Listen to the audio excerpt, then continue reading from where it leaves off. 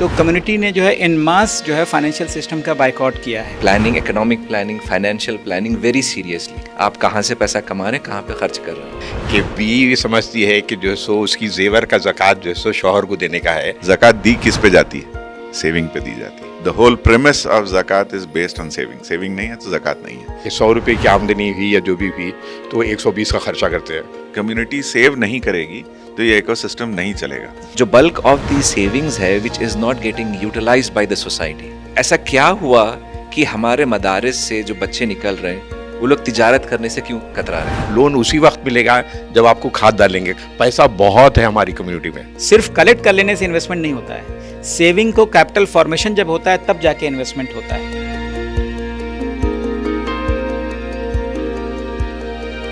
नाज़रीन आदाब, अस्सलाम वालेकुम। आज हम खुशकिस्मत हैं, हमारे स्टूडियो अबाबिल मीडिया हब, यहाँ पर 4 माहिरीन हमारे साथ हैं जो फाइनेंस के शोबे में ये कह सकते हैं कि अपने शोबे के न सिर्फ माहिर हैं बल्कि उस्ताद हैं।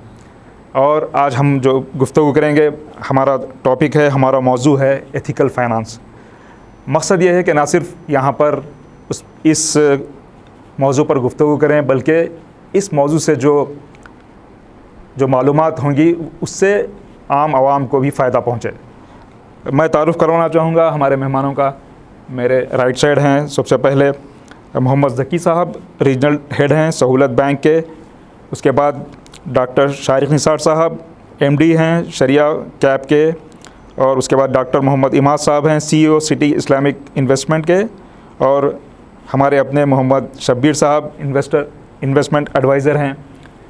तो सबसे पहले मैं शब्बीर साहब आपसे पूछना चाहूँगा, जो फाइनेंस का शोबा है ख़ास तौर पर ये जो हमारी कम्युनिटी है, इसको लेके हमारी कम्युनिटी में हमारा जो तबक़ा है, ख़ास तौर पर अक़लियती तबक़ा जो आवाम जो कहते हैं, तो इसमें फ़ाइनेंस को लेकर ये जो मालिया का जो शोबा है उसको लेकर क्या मालूमात हैं, इस पर आप रोशनी डालिए। हमारी कम्युनिटी में मुस्लिम्स में ये है कि जो एक शुरू से एक माहौल बना हुआ है बच्चे होने के बचपन से, और ये कि फ़ाइनेंस का मतलब ये है कि जैसे इंटरेस्ट होता है, फाइनेंस और इंटरेस्ट को जो रिलेट करे हुए हैं एक दूसरे के साथ मिला के। और जब इंटरेस्ट की बात आती है तो समझते हैं कि ये जो हमारे लिए बेहतर नहीं है या जो ये हमारा हराम चीज़ है। तो इसी वजह से हमारे लोग फाइनेंस में नहीं आए हैं, पढ़े नहीं हैं और उसको टाबू समझे। तो वैसे आप देखें तो चार्टर्ड अकाउंट बहुत कम है, लेकिन अवेयरनेस नहीं है। ये क्योंकि फाइनेंस का अवेयरनेस नहीं है, इन्वेस्टमेंट का अवेयरनेस नहीं है, इसीलिए वो बचत भी नहीं कर सके और उसी की वजह से जैसे उन लोगों के फाइनेंशियल गोल्स की प्लानिंग भी नहीं कर सके, जो मैं समझता हूँ कि इसको बदलना चाहिए और बदल आ रहा है आजकल लोगों में अल्हम्दुलिल्लाह। तो इसका मतलब ये है कि हर इंसान पे एक ज़िम्मेदारी है कि आप अपने बीवी बच्चों के लिए कुछ सेविंग्स छोड़ जाएं ताकि वो आपकी ज़िंदगी के बाद किसी के सामने हाथ ना फैलाएं। तो ये दूसरा इम्पॉर्टेंट चीज़ है। तीसरी इम्पॉर्टेंट चीज़ ये है कि जब आपकी मौत हो जाती तो पहली चीज़ जो करना चाहिए ये है कि आपका जो भी क़र्ज़ है वो अदा होगा, उसके बाद फिर आपका जो बरियल का एक्सपेंसेस है वो अदा होगा, उसके बाद जो बचेगा वो वसीयत के लिहाज से तकसीम होगा। तो इसका मतलब ये भी है कि आप अननेसेसरी डेट में पड़ना, सूद में पैसा ले लेना, तो इंसान को ये सारी चीज़ें अपने जहन में रखना चाहिए। उसकी ज़िंदगी में भी, उसकी मौत में भी और मौत के बाद भी माशियत का बड़ा ही एक इम्पॉर्टेंट एस्पेक्ट है। और जो हमारे 5 पिलर्स है उसमें एक पिलर ज़कात का है, ठीक है, वो भी फिर माशियत से रिलेटेड है। तो ये सारी चीज़ें हमको ये बार बार हमको फोर्स ये कर रहे हैं कि भाई you should take your planning, economic planning, financial planning very seriously. आप कहाँ से पैसा कमा रहे हैं, कहाँ पे खर्च कर रहे हैं, जब आप इसको एक प्राइम इंपॉर्टेंस समझेंगे। और लास्ट चीज़ I will just try to mention, even जो शादी सबके लिए इम्पॉर्टेंट है वो जब तक मुकम्मल नहीं हो सकती जब तक महर का अमाउंट एग्री ना हो। और महर का अमाउंट अगेन जो औरत है, she has the complete right to decide that amount, that is her security. तो अल्लाह ताला हर एस्पेक्ट में, इकोनॉमी हो, फाइनेंस हो, उसका एक इम्पॉर्टेंस रखा। तो ये आई थिंक एक हमारे बैकड्रॉप फिलॉसफी में क्लियर होना चाहिए। उसके बाद प्रैक्टिकली वी कैन कम कि सोसाइटी में हो रहा क्या, इसको एड्रेस करने के लिए? इमाद ने जो बात बताई बहुत अच्छी है। उसमें मैं सिर्फ इतना एक ऐड करना चाहता हूँ कि जब हिसाब किताब होगा तो सिर्फ मर्दाने से होगा या जनाने से भी होगा। एक गलत फहमी लोगों के पास बैठी हुई है कि बीवी समझती है कि जो सो उसकी जेवर का ज़कात जो सो शौहर को देने का है।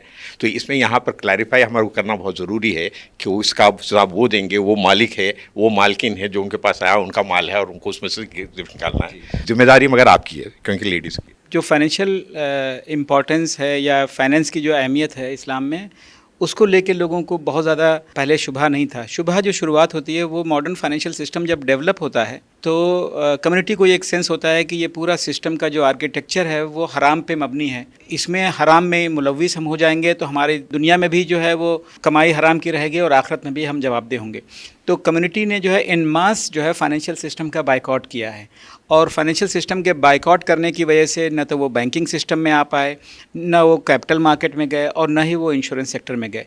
और यही वजह है कि जब मैं इंडस्ट्री में काम करने के बाद टीचिंग में गया तो मुझे महसूस हुआ कि बच्चे MBA करते हैं, MMS करते हैं और जब फाइनेंस में भी स्पेशलाइजेशन करने के बाद आके कहते हैं कि हमारे घर वाले जो है हमको इजाज़त नहीं दे रहे हैं कि हम बैंकों में काम करें या हम कैपिटल मार्केट में काम करें। तो दुनियावी तौर से वो अपने आप को उस सिस्टम में या उस पूरे सेगमेंट में कमज़ोर कर रही होती है। आज की तारीख़ में अच्छी बात यह है कि हमारे पास इस तरह के बेशुमार मौक़े हैं जहाँ पे हम इसको कंप्रोमाइज़ किए बिना अपने एथिकल कंसिडरेशंस को मद्देनज़र रखते हुए, अपने मजहबी जो हमारे रुझानात हैं उनको मद्देनज़र रखते हुए भी हम फाइनेंशियल सेक्टर में इन्वॉल्व हो सकते हैं। तो मैं अब समझता हूँ कि ऐसा वक्त है जहाँ पे कम्युनिटी को होल हार्टेडली इन्वॉल्व होना चाहिए, अपने बच्चों को तैयार करके भेजना चाहिए, क्योंकि ये एक ऐसा सेगमेंट है जिसमें इन्वॉल्व हुए बिना बाकी बिजनेसेस में भी आप तरक्की नहीं कर सकते।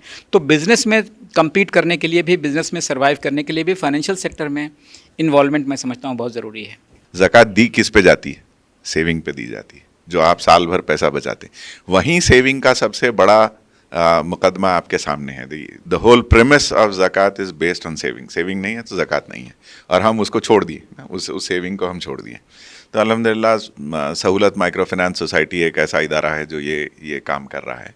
इसकी ग्रोथ सेविंग्स के ऊपर ही है, कम्युनिटी ने जो पैसा जमा किया है, और चूंकि हम उस सेविंग के ऊपर कोई इंटरेस्ट नहीं देते हैं और हमारी कम्युनिटी नहीं लेती है, तो जो बोरोअर है, जो कर्ज लेता है सोसाइटी से या अपने फिनेंस लेता है अपने बिजनेस को बढ़ाने के लिए, उसको ये सबसे सस्ता फाइनेंस पड़ता है, क्योंकि हमारा cost of acquisition of finance कि जब कम्युनिटी सेव करेगी तो ये सारा इकोसिस्टम चलेगा। कम्युनिटी सेव नहीं करेगी तो ये इकोसिस्टम नहीं चलेगा। तो बैंकिंग के अलावा अब बहुत सारे चैनल्स हो गए हैं, जैसे कोऑपरेटिव सोसाइटीज़ के ज़रिए होते हैं, जो बिल्कुल बैंक की तरह है, पैसा डालिए और निकालिए, और इसी से सारा सिस्टम चलता है। देखिए, कई किस्म के लोग होते हैं। एक ये होते हैं कि 100 रुपये की आमदनी हुई या जो भी हुई तो 120 का खर्चा करते हैं, तो उसका मतलब कि 20 रुपये कहाँ से आते हैं, खर्चा लेते हैं। दूसरा ये है कि जो सेविंग्स है, जहाँ पर आता पूरा 100 आया, 100 खर्च कर दिया, तो हमारे पास बचते ही नहीं है पैसे। अक्सर लोग यही बोलते हैं कि पैसे बचते ही नहीं हमारे। तीसरा और एक ये है कि जो लोग खर्चा करते हैं उसका ने थोड़ा बहुत कुछ बच जाए तो उसको सेविंग्स कहते हैं।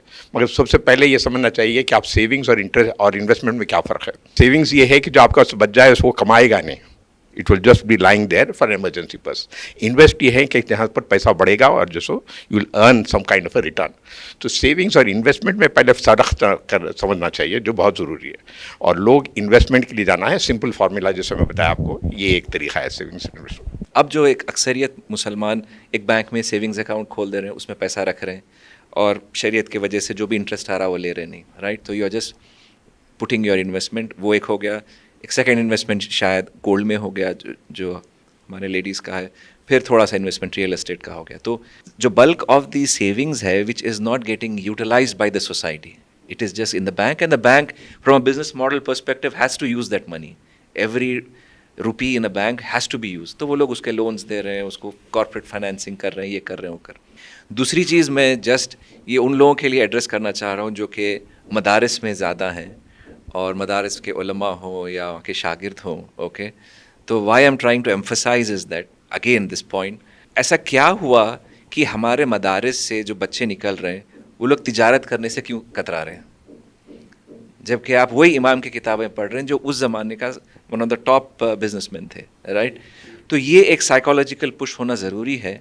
तो अगर हमारी अक्सरियत जो दीन पढ़ रही वो खुद अगर किनारा कश हो गए, ओके, इस फील्ड से, तो we need to little bit shake and ask a question कि भाई क्या रीज़न क्या है।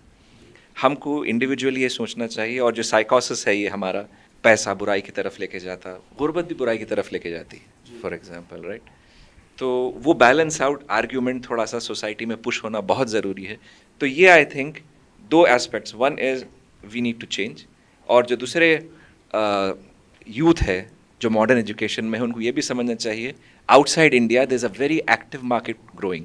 इस्लामिक बैंकिंग की एक $4 ट्रिलियन एसेट की मार्केट है जो कि जीसीसी के अंदर ग्रो हो रही, यूरोप के अंदर भी ग्रो हो रही। So even if they have एक एस्पिरेशन कि भाई हम बाहर जाके पढ़ना चाह रहे हैं, काम करना चाह रहे हैं, so there is a job market for them to grow even there as well. एक कंसेप्ट है इकोनॉमिक्स में जिसको हम डेड कैपिटल कहते हैं, और उसका तनाजुर ये है कि फाइनेंशियल सिस्टम जो एग्जिस्ट करता है उसका पर्पज़ ये है कि पूरे समाज की जो भी सेविंग्स हैं उसको मॉप करे, एक्यूमुलेट करे, मोबिलाइज़ करे, और जिनको बिज़नेस करने का हुनर है उनको पास करे, ताकि वो बिज़नेस भी करें, एम्प्लॉयमेंट क्रिएट करें, गवर्नमेंट को टैक्सेस मिले, लोगों को सस्ता सामान मिले, और पूरी इकॉनमी जो है चलती है। अब अगर कोई समाज का बड़ा तबका या एक सब्सटेंशियल पॉपुलेशन जो है उस सिस्टम से कटा हुआ है, तो वो पूरे समाज पे उसकी एक कॉस्ट आती है। तो हमारे यहाँ चूँकि एक फीलिंग ये थी कि पूरा सिस्टम जो है वो हराम है, या इसमें इन्वॉल्व होना जो है शैतानी जो आदात हैं उनको मजबूत करना है, तो उसकी वजह से हम लोग बचते रहे। तो हम अकाउंट खोलने से भी घबराते रहे। तो हम अकाउंट नहीं खोलेंगे तो हमारी जो सेविंग है वो डेड कैपिटल है। अकाउंट खोल लिया लेकिन हमने जो है अपने पैसे दूसरों को दे दिए, लेकिन उसमें से कुछ लिया नहीं, तो ये भी एक तरह की बेवकूफ़ी है, क्योंकि सिस्टम तो आपको रिटर्न नहीं देगा, सिस्टम तो आपको कॉस्ट के साथ लाएगा। लेकिन सेविंग हो गई और उसको यूटिलाइज नहीं करना में भी उसको कहते हैं इन्वेस्टमेंट नहीं होना। सिर्फ कलेक्ट कर लेने से इन्वेस्टमेंट नहीं होता है, सेविंग को कैपिटल फॉर्मेशन जब होता है तब जाके इन्वेस्टमेंट होता है। तो अगर सेविंग को सिर्फ आपने सेविंग कर लिया लेकिन तकिया के नीचे लगा रखा हुआ है, कहीं हंडिया में छिपा के रखा हुआ है, तो वो भी कोई काम का नहीं है। तो सेविंग को मोबिलाइज़ करने का सिस्टम होना चाहिए, फिर उसको यूटिलाइज़ करने का सिस्टम होना चाहिए।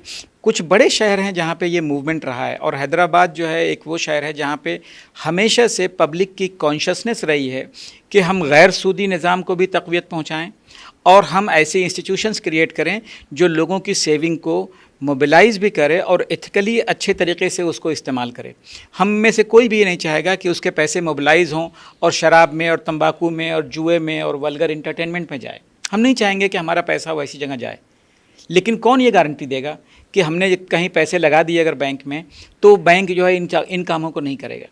तो आज की तारीख में अब हमारे पास ऐसे ऑप्शंस हैं कि अगर आप से पैसे लगाते हैं, किसी इदारे में देते हैं, तो आप जो है ये तवक्को भी रख सकते हैं उससे, ये उससे गारंटी मांग सकते हैं कि भाई हमारे पैसे का इस्तेमाल जो है वो एथिकली या अखलाकी तौर पे सही जगह पे ही होगा, वरना हम नहीं देंगे। इस्लाम के नाम पे या मज़हब के नाम पे फ्रॉडलेंट स्कीम बहुत आती हैं जहाँ पे लोग जो है वो हाई रिटर्न को समझते हैं कि भाई वो या तो मजहबी लिबास की वजह से या मजहबी शक्ल की वजह से या किसी और तरीके से या मार्केटिंग स्टाइल की वजह से, ब्रांडिंग की वजह से अक्सर लोग धोखा खा चुके हैं। तो उनको चाहिए कि जब भी कोई अदारा उनके पास आता है तो वो उसके कागजात, उसका रजिस्ट्रेशन, उसकी टीम के बाकी लोग उसके अपने बारे में भी रिसर्च करें, पता करें कि वो वाकई क्या काम करता है। तो फाइनेंशियल सिस्टम में अकाउंटेबिलिटी बहुत अहम है, फाइनेंशियल सिस्टम में इन्वॉल्वमेंट बहुत अहम है, और मैं समझता हूँ कि पब्लिक की जो अवेयरनेस है फाइनेंशियल सिस्टम के ऑपरेशन को लेकर के, वो भी बहुत अहम रोल अदा करती है कम्युनिटीज़ की ग्रोथ में। कि फाइनेंशियल इंक्लूजन के अंदर हम ये समझते हैं कि बैंक में अकाउंट खुल गया तो फाइनेंशियल इंक्लूजन है, जो बिल्कुल गलत है।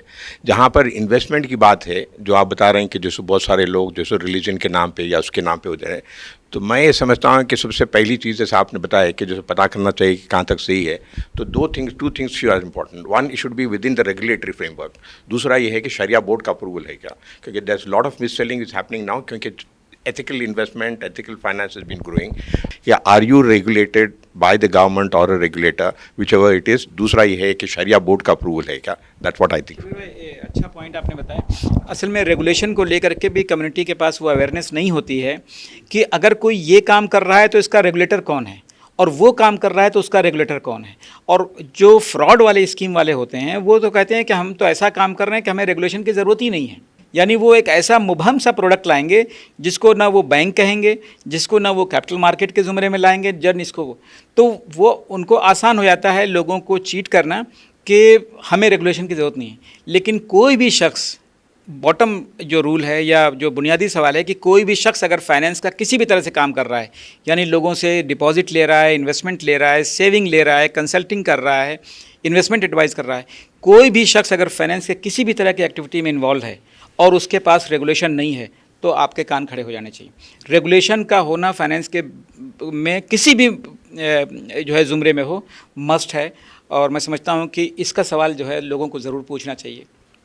एक अहम बात जो शारिक ने बताई कि आप बैंक में पैसा रखते हैं तो आप भले इंटरेस्ट ना लें, मगर बैंक कहाँ इन्वेस्ट कर रहा है आपको नहीं पता है कि वो शराब में भी इन्वेस्ट कर सकता है, वो फिल्म बनाने में भी इन्वेस्ट करता है, म्यूज़िक इंडस्ट्री में भी इन्वेस्ट करता है, या किसी और चीज़ में भी इन्वेस्ट कर सकता है। इसलिए आज जो अपॉर्चुनिटी अवेलेबल है कि हमको अपने इदारे बनाना चाहिए और उसका लीगल फ्रेमवर्क अवेलेबल है जिसके तहत सहूलत ने जो कोऑपरेटिव्स एस्टैब्लिश की हैं। तो आपको ये पता है कि ये लोनिंग जो जाएगी या ये जो फाइनेंसिंग जाएगी वो एथिकल बिजनेसेस में जाएगी। वो हम शराब बेचने वाला हमारा मेंबर नहीं होगा या म्यूज़िक बनाने वाला हमारा मेंबर नहीं होगा, जुआरी हमारा मेंबर नहीं होगा। हमको इजाज़त भी है, कानूनन इजाज़त भी है कि हम नहीं दें और इस तरीके से काम हो। इदारे बनाने से क्या होता है उसके ऊपर मैं एक छोटी सी बात करना चाह रहा हूँ। जैसे सहूलत जो शुरू हुई उसका एम ये था कि भाई छोटे व्यापारियों को छोटा लोन दिया जाए। 50,000 रुपये से हमने शुरू किया। लोगों का ट्रस्ट कम था हमारे ऊपर, लोग पैसा भी कम जमा करते थे।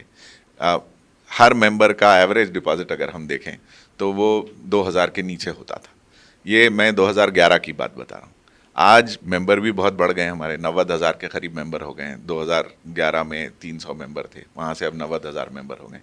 उससे क्या हुआ कि हमारी लोनिंग साइज़ बढ़ गई, जो शारिक ने भी बात की थी, आपने भी बात की थी। सेविंग से क्या होता है कि एक तो लोनिंग साइज़ बढ़ गई कि अभी हम 5 लाख रुपए तक का भी लोन देते हैं। उससे और एक चीज़ क्या हुई कि जब आप इंस्टीट्यूशन कायम करते हैं और ट्रांसपेरेंट रहते हैं और विद इन रेगुलेटरी फ्रेमवर्क काम करते हैं, तो IIM Ahmedabad, Indian institute of management Ahmedabad, हमको अप्रोच किया कि एक प्रोग्राम आप ये करें कि जो छोटे बिजनेसेस को आप कर्ज दे रहे हैं उनको बजाय कर्ज देने के हम आपको एक पैसा देते हैं, आप एक्सपेरिमेंट करें कि इनके साथ मुशारकत का, पार्टनरशिप का काम किया जा सकता है क्या। और ये बहुत ताज्जुब वाली बात थी, वो उनके लिए भी ताज्जुब वाली बात थी, हमारे लिए भी ताज्जुब वाली बात थी कि भाई एक छोटा आदमी है, पुशकार्ट पे ठेले पे अपना सामान बेच रहा है, उसके साथ हम शरीक होने वाले हैं कि प्रॉफिट और लॉस में जो हिसाब किताब भी लिखता है नहीं लिखता हमको नहीं पता है। मगर अल्हम्दुलिल्लाह ये एक्सपेरिमेंट इतना सक्सेसफुल हुआ, इन्होंने एक बहुत छोटी ग्रांट हमको दी 65 लाख रुपए की। उसका जो तजुर्बा हुआ वो तजुर्बा इतना अच्छा हुआ कि वो लोग खुद परेशान हो गए कि साहब ये ऐसा भी हो सकता है क्या। बट पार्टनरशिप में ये है कि आपको रिटर्न नहीं करना है, आपको प्रॉफिट होगा तो प्रॉफिट देना है, लॉस होगा तो लॉस बेयर करेंगे दोनों। तो इससे ये काम हुआ। तो ये VC फंड जो खड़ा हुआ जिसके बोर्ड पे शारिक भी हैं, मैं भी हूँ अल्हम्दुलिल्लाह, उससे ये हुआ कि अब 150 करोड़ रुपए का फंड खड़ा हुआ। तो एक इदारा बनाने से दूसरा इदारा, दूसरे बाहर के लोग भी आए और उसमें जमा हुए, एक ये काम हुआ। तो मेरा ख्याल ये है कि इंस्टीट्यूशनलाइज करना बहुत ज़रूरी है। दूसरी चीज़ जो शबीर भाई बात कर रहे थे और इमाद ने भी बात की कि कैपिटल मार्केट में, और शारिक ने भी बात की कि डेड इन्वेस्टमेंट आपका है। तो हमारी कम्युनिटी को ये समझना चाहिए कि आज ये टूल्स अवेलेबल हैं जिसमें आप कैपिटल मार्केट में महीने को 100-200 रुपये, 500 रुपये लगा सकते हैं और over a period of time कितनी ग्रोथ हो जाएगी वो शबीर भाई बताएंगे, उनके पास स्टैटिस्टिक्स हैं। गोल्ड जो आप फ्रैक्शनल ख़रीद सकते हैं, 1-1 ग्राम गोल्ड ख़रीद सकते हैं आप, और फिज़िकल गोल्ड ख़रीद सकते हैं। आपको मतलब कोई पेपर पे नहीं है, आपको चाहिए जिस दिन आपके पास 1 ग्राम के पैसे आप जमा कर लेंगे, आपको 1 ग्राम का कॉइन चाहिए तो आपके घर पे 24 तोले का 1 ग्राम आ जाएगा। ये हमारी कम्युनिटी को सीखना चाहिए। जो फाइनेंशियल प्लानिंग की आप बात कर रहे थे, शादी की बात कर रहे थे, शादी में अक्सर क्या होता है, कर्ज़ में क्यों जाता है, सोना देना है। तो सोना देना है तो सोना उसी वक्त ख़रीदना है, उसी वक्त ख़रीदना है तो एक बड़ा कैपिटल इन्वेस्टमेंट है उसके अंदर। अगर यही आप प्लान कर लें, मिसाल के तौर पे आज आपको बच्चा या बच्ची हुआ और आपने प्लान किया कि भाई 20 साल में मैं 500-500 रुपये का महीने को गोल्ड ख़रीदता रहूँगा, तो आप देख लीजिए कितना गोल्ड हो जाएगा और उसका कितना एप्रिसिएशन हो जाएगा। ये सिंपल चीज़ें, ये सिंपल टूल्स जो है आपको कम्युनिटी को उधर ले जाएंगे। मैं इसमें एक और चीज़ बताना चाहूँगा कि एक और हमारी कम्युनिटी में, हमारी कम्युनिटी को एक ये समझ है कि इन्वेस्टमेंट सिर्फ रियल एस्टेट में हो सकता है, दूसरी चीज़ में नहीं हो सकता है। उसमें मैं शबीर भाई से भी क्लैरिटी चाहूँगा कि भाई वो इन्वेस्टमेंट जो रियल एस्टेट से होता है उसके रिटर्न में और इसमें क्या फ़र्क होता है। बहुत सिंपल लैंग्वेज में बताइए, आप बिना जागन में गए या बिना जो है टेक्निकलिटीज़ में गए। मगर मेरी जो समझ है उसमें ये है कि भाई एक तो रियल एस्टेट में आपको लगाने के लिए बड़ा पैसा चाहिए जिसको जमा करते करते आप थक जाते हैं, और वही कैपिटल मार्केट में शेयर्स में लगाएं आप, एथिकल फंड्स अवेलेबल हैं अभी, आप उसमें लगाएं 500-500 रुपया करके, तो over a period of time I think करीब करीब वही रिटर्न देता है। शबीर भाई बताएंगे। फाइनेंस की बात आती है तो जब सबसे पहले लोग ये बोलते हैं कि मुझे लोन मिलेगा क्या। कल रात में भी बात हो रही थी कि एक साहब बताए कि जो सो बहुत सारे लोग सूद पे लिए हुए हैं लोन, तो इन लोगों के लिए कुछ कर सकते हैं क्या, हाउसिंग लोन मिल सकता है क्या।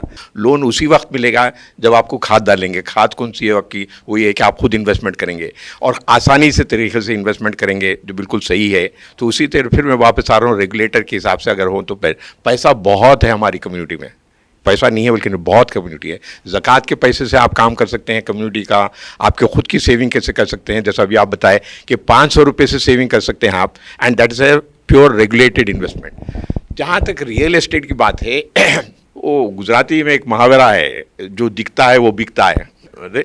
सो जो दिखता है वो बिकता है, तो उसमें यह है कि रियल एस्टेट और गोल्ड जो क्योंकि दिखता है लोग सबको उसे अट्रैक्शन है। दूसरा ड्रॉबैक ये है कि हमारे को फाइनेंस के बारे में नहीं मालूम था, तो जहाँ पर नहीं मालूम है वहाँ पर we hesitate to go there.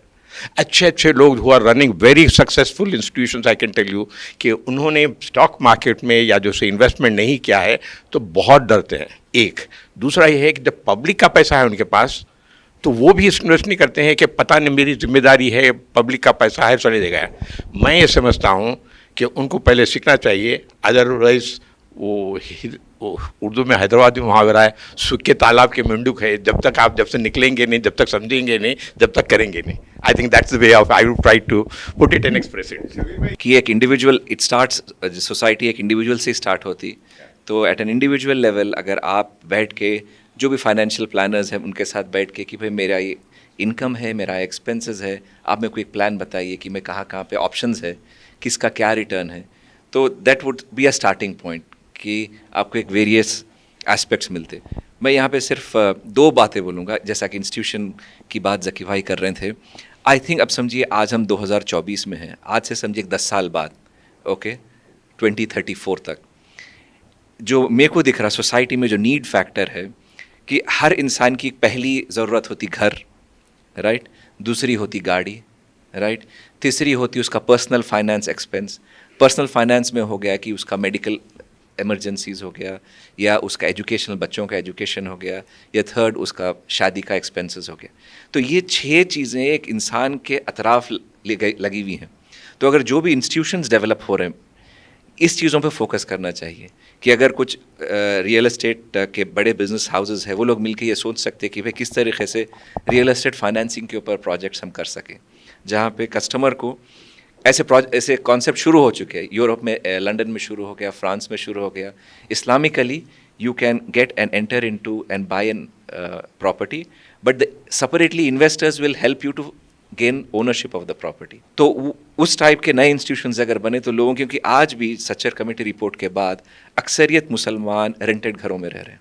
हर इंसान का ख्वाब है कि उसका घर बनाए।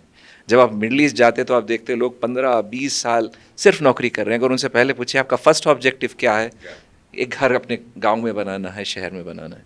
तो घर एक इमोशनल अटैचमेंट है। तो अगर वो नीड को कुछ इंस्टीट्यूशंस बैठ के वर्कआउट करके कि किस तरीके से हम ये, सेकेंड है सवारी, साइकिल से शुरू होकर, रिक्शा से शुरू होकर, मोटरसाइकिल से होकर कार तक, ये हर एक की रिक्वायरमेंट है।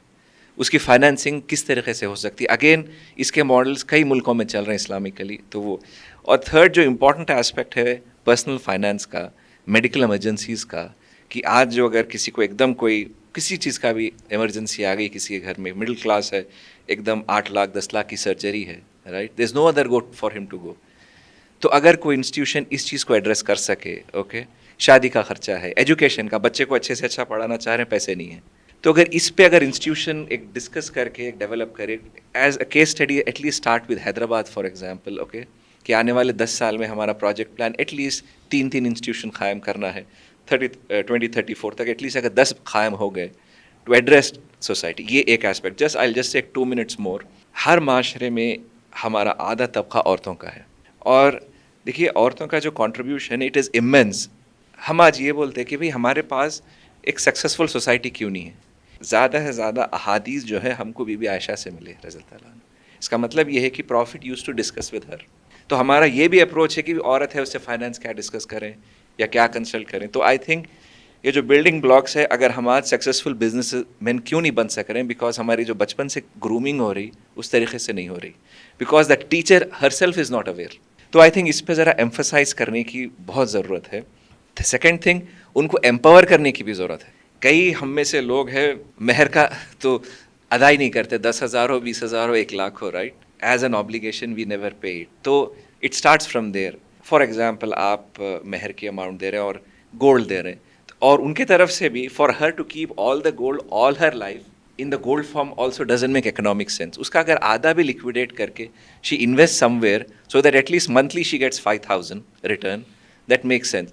तो ये दो चीज़ें हैं which I want to emphasize की education of women. I have something to add there.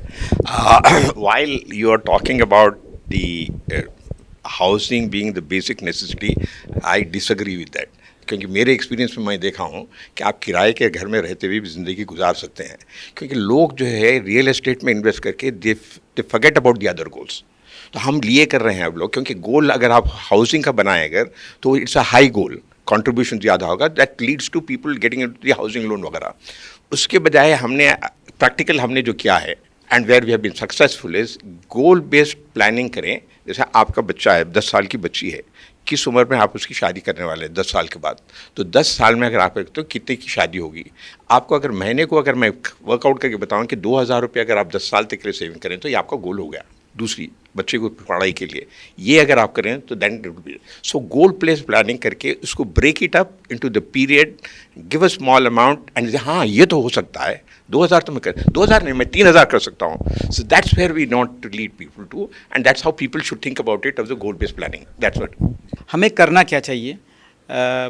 इस तनाजुर में अगर आप बात मुझसे पूछें या मेरा तजर्बा अगर मैं शेयर कर सकूं तो ये है कि कॉलेजेस वगैरह में हम बच्चों के लिए फाइनेंशियल लिटरेसी की वर्कशॉप करें, सेमिनार करें, और हम बड़ों की राय को तब्दील करने में बड़ा मेहनत होती है, क्योंकि वो एक पोजीशन बना चुके होते हैं। वो ज़रूरी है नहीं है कि आपसे डिसएग्री करें, लेकिन आदत नहीं है। तो आपसे सारी बात मैं सुन लूँगा, आपसे एग्री भी करूँगा, लेकिन आदत नहीं है तो मैं सेव नहीं करूँगा। मैंने अपने न जाने कितने दोस्तों से कहा है कि हमारे पास टाटा का एथिकल फ़ंड है, शरिया फ़ंड है, आप 500 रुपये भी लगा सकते हैं, लेकिन उनसे कहो तो वो 10 लाख रुपए लगाने को तैयार हैं, लेकिन 500 रुपये के महीने का जो है उनको आदत नहीं हो पाती है।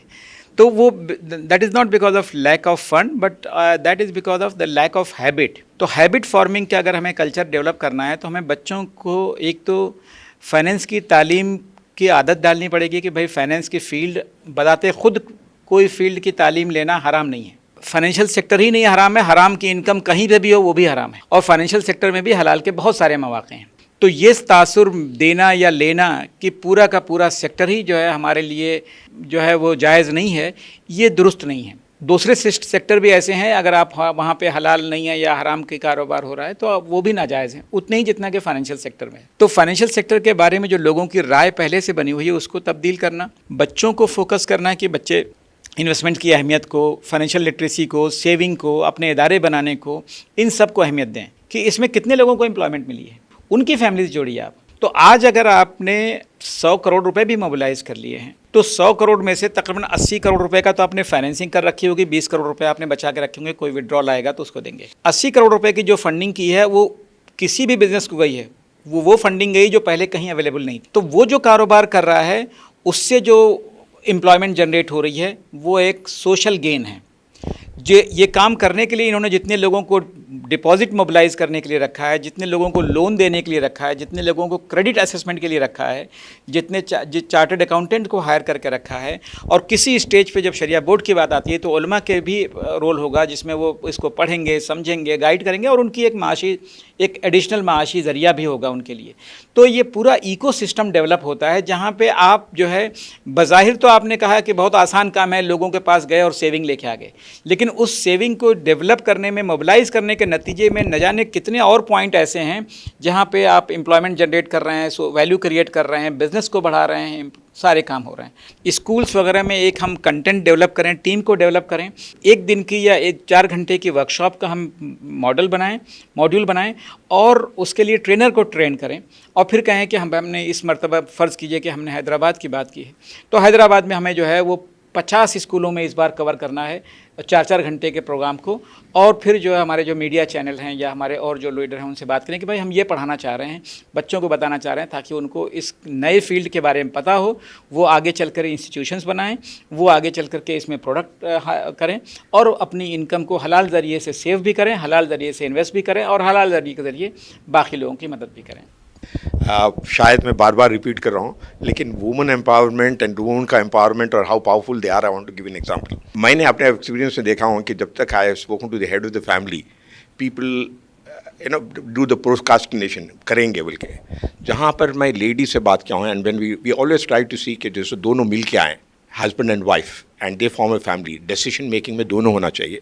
तो बहुत वक्त मैं ये देखा हूँ कि women are more responsive, and जो बोलते हैं कि women are not responsive, they can not do a planning, मैं बिल्कुल नहीं मानता इसको। A good example I can give you is a woman who runs a kitchen, उसको मालूम होता है कि नमक कब ख़त्म हो रहा है, चावल कब ख़त्म हो रहा है। सो शी नोज़ कि ये गोल के अंदर इसमें पैसे कम है, ये शादी के लिए हम कट कर सकते हैं, एक्सपेंसेस गलत है, पढ़ाई के लिए सही है, we can not afford to send him for Canada और whatever it is, they are the best ones. So I think we should get the ladies in our fold, in our community, to get into this, and men should also forego their ego and get the woman involved into this financial planning. That is what I would do.